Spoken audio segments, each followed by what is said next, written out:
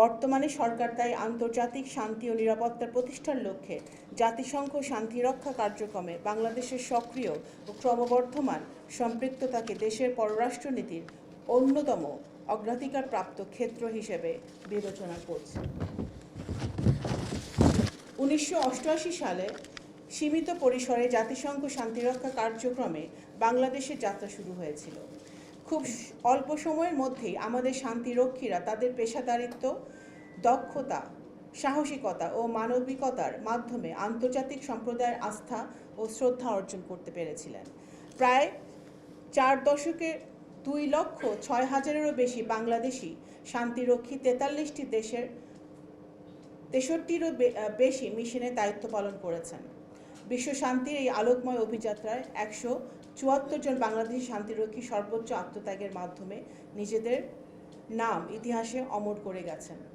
খুবই রিসেন্টলি গত ডিসেম্বর মাসে আমরা আরও 6 জন শান্তিরক্ষী বাহিনীকে আমরা হারিয়েছি। আমাদের শান্তিরক্ষীদের সুনাম ও দক্ষতা আজ বিশ্বজুড়ে স্বীকৃত ও সুবিদিত। আফ্রিকার বিস্তীর্ণ দুর্গম প্রান্তর থেকে মধ্যপ্রাচ্য কিংবা ইউরোপের স্পর্শকাতর অঞ্চল, যেখানেই শান্তির আহ্বান উচ্চারিত হয়েছে, সেখানেই বাংলাদেশের পতাকা বুকে ধারণ করে আমাদের শান্তিরক্ষীরা নিষ্ঠা, সাহস ও মানবিকতার সঙ্গে দায়িত্ব পালন করেছেন। সেই গৌরবময় ধারাবাহিকতার ফলেই আজ বাংলাদেশ বিশ্বের অন্যতম শীর্ষ শান্তিরক্ষী প্রেরণকারী দেশ হিসেবে প্রতিষ্ঠিত। একই সাথে বাংলাদেশের শান্তিরক্ষীরা আমাদের অন্যতম কার্যকর সফট পাওয়ার হিসেবে কাজ করছেন। সম্প্রতি মরক্কোর রাবাত এবং সেনেগালের ডাকারের শান্তিরক্ষা বিষয়ক 2টি আন্তর্জাতিক সম্মেলনে আমার অংশগ্রহণের সুযোগ হয়েছিল। সেখানে আমি প্রত্যক্ষ করেছি আফ্রিকার বহু দেশ বাংলাদেশি শান্তিরক্ষীদের কত গভীর শ্রদ্ধা, আস্থা ও ভালোবাসার সঙ্গে স্মরণ করে। সেখানকার স্থানীয় জনগণের কাছে বাংলাদেশ আজ আমাদের শান্তিরক্ষীদের পেশাদারিত্ব, মানবিকতা, আত্মত্যাগের মাধ্যমে পরিচিত। এটি শুধু জাতীয় গর্বের বিষয় নয়, বরং আন্তর্জাতিক অঙ্গনে বাংলাদেশের গ্রহণযোগ্যতা ও মর্যাদারও অনন্য পরিচায়ক।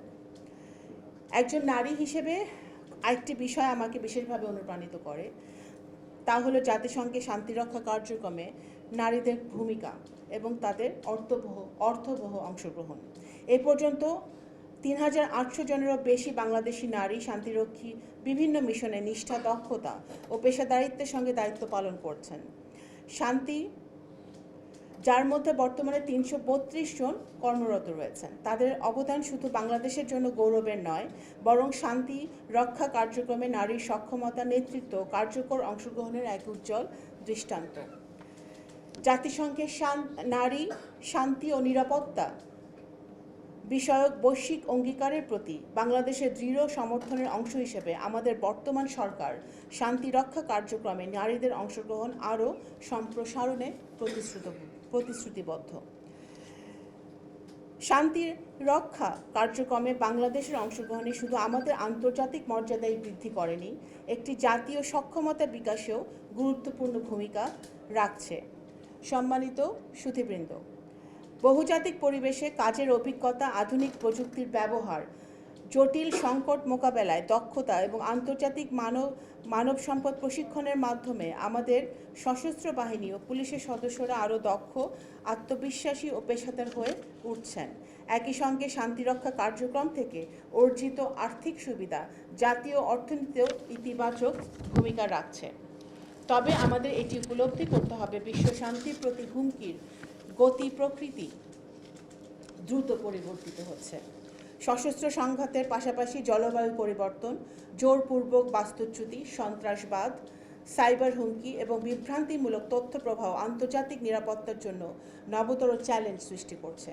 এসব বহুমাত্রিক চ্যালেঞ্জ মোকাবেলায় ভবিষ্যতে শান্তি রক্ষা কার্যক্রমকে আরও কার্যকর, প্রযুক্তি নির্ভর, যেমন ইতিমধ্যেই অনেকে বলেছেন আর্টিফিশিয়াল ইন্টেলিজেন্স, সাইবার টেকনোলজি এবং মানবকেন্দ্রিক করে গড়ে তুলতে সদস্য রাষ্ট্রসমূহকে সমন্বিত ও দায়িত্বশীলভাবে কাজ করতে হবে। বিশেষ করে নারী শান্তিরক্ষীদের অংশগ্রহণ বৃদ্ধি, আধুনিক প্রযুক্তির কার্যকর ব্যবহার, ডিজিটাল অপব্যবহার প্রতিরোধ এবং বেসামরিক জনগণের সর্বোচ্চ সুরক্ষা প্রদানের বিষয়গুলোকে বিশেষ গুরুত্ব দিতে হবে। সম্মানিত সুধী, বাংলাদেশের শান্তিরক্ষীদের অবদান, আত্মত্যাগ এবং মানবিক কর্মকাণ্ডকে দেশবাসী ও আন্তর্জাতিক সম্প্রদায়ের সামনে যথাযথভাবে উপস্থাপন করতে আমাদের সাংবাদিক বন্ধুরা দীর্ঘদিন ধরে এক অনন্য সেতু বন্ধনের ভূমিকা পালন করে আসছেন। এক্ষেত্রে ডিফেন্স জার্নালিস্ট অ্যাসোসিয়েশন অব বাংলাদেশের অবদান প্রশংসার দাবি রাখে।